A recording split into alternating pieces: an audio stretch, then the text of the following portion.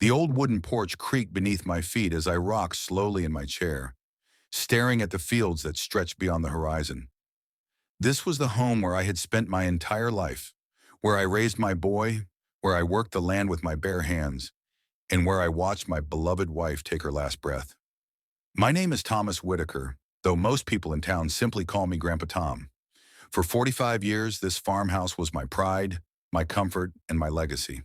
But on the day my lawyer read my late wife's will, everything I thought I knew about my son changed forever. To the will reading. The sun was still rising when I walked into the law office that morning. My son Jacob sat across the table from me in his crisp suit, looking more like a businessman than the boy I'd taught to fish by the lake. His wife Emily sat beside him, clutching his hand tightly. Mr. Harris, our family lawyer, cleared his throat and began reading my wife Margaret's will. My heart ached with every word. Her gentle voice echoed in my mind, reminding me of the promises we made to each other. But then, Mr. Harris read a line that froze me where I sat. The Whitaker farmhouse, along with its surrounding land, shall be transferred solely to my son, Jacob Whitaker. I blinked. Surely I had misheard. This was my home. Margaret and I had built every inch of it together. My calloused hands still remembered the feel of each plank I nailed, each wall I painted. Jacob didn't even look at me. His lips curled into a thin smile, and he placed the property deed in his briefcase as though it were just another business transaction. The betrayal.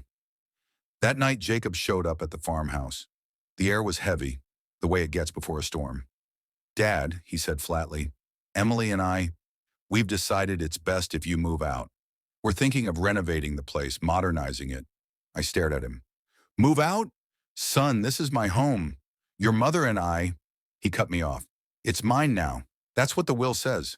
We'll help you find a small apartment in town. It'll be easier for you." Easier. That word stung more than anything. I had given Jacob everything. My time, my love, my knowledge of the land. And now he was pushing me out like an unwanted tenant. I didn't argue. I simply nodded, went upstairs, and began packing a single suitcase. I left the rest behind. The furniture, the photos, the memories. A lonely road. I found a small cabin on the edge of town. It was nothing like the farmhouse. One bedroom, thin walls, and the faint smell of damp wood. My days became quiet, almost too quiet. I spent my mornings walking through the park, watching young fathers toss baseballs to their sons. I wondered if Jacob ever remembered those days when I had done the same with him. One rainy afternoon, I found myself sitting beside an old man on a bench. His clothes were worn, his beard thick and untrimmed. He introduced himself as Henry, a retired mechanic who had lost his home after medical bills drained his savings. We talked for hours. In Henry, I saw something familiar. A man who had given his all, only to be left with nothing. I invited him to have dinner at my cabin that night, and a friendship began. The secret I kept. What Jacob didn't know, what nobody knew, was that years ago I had quietly invested in a small trucking business with my old friend Robert. The business grew steadily, and my share brought in enough income to buy several small rental properties around the county.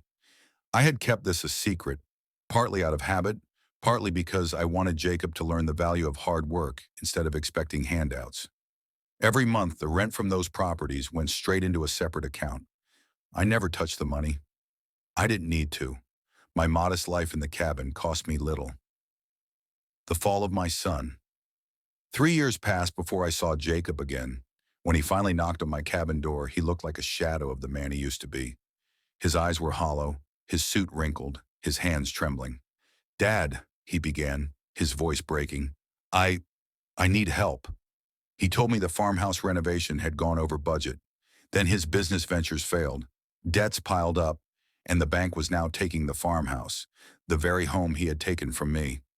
"I was wrong," Jacob whispered. "I should never have treated you that way. I let greed blind me. Please forgive me." The lesson. I studied him for a long moment.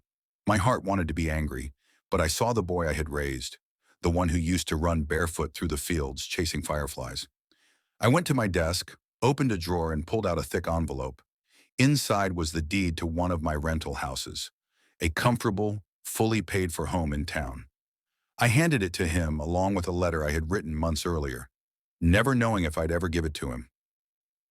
Son, a house is made of wood and stone, but a home is made of love, trust, and kindness. You lost that the day you pushed me away. I can't give you back the time we lost, but I can give you a chance to start over, if you choose to build something real this time. Jacob's tears fell onto the paper. He hugged me for the first time in years, holding on as though afraid to let go.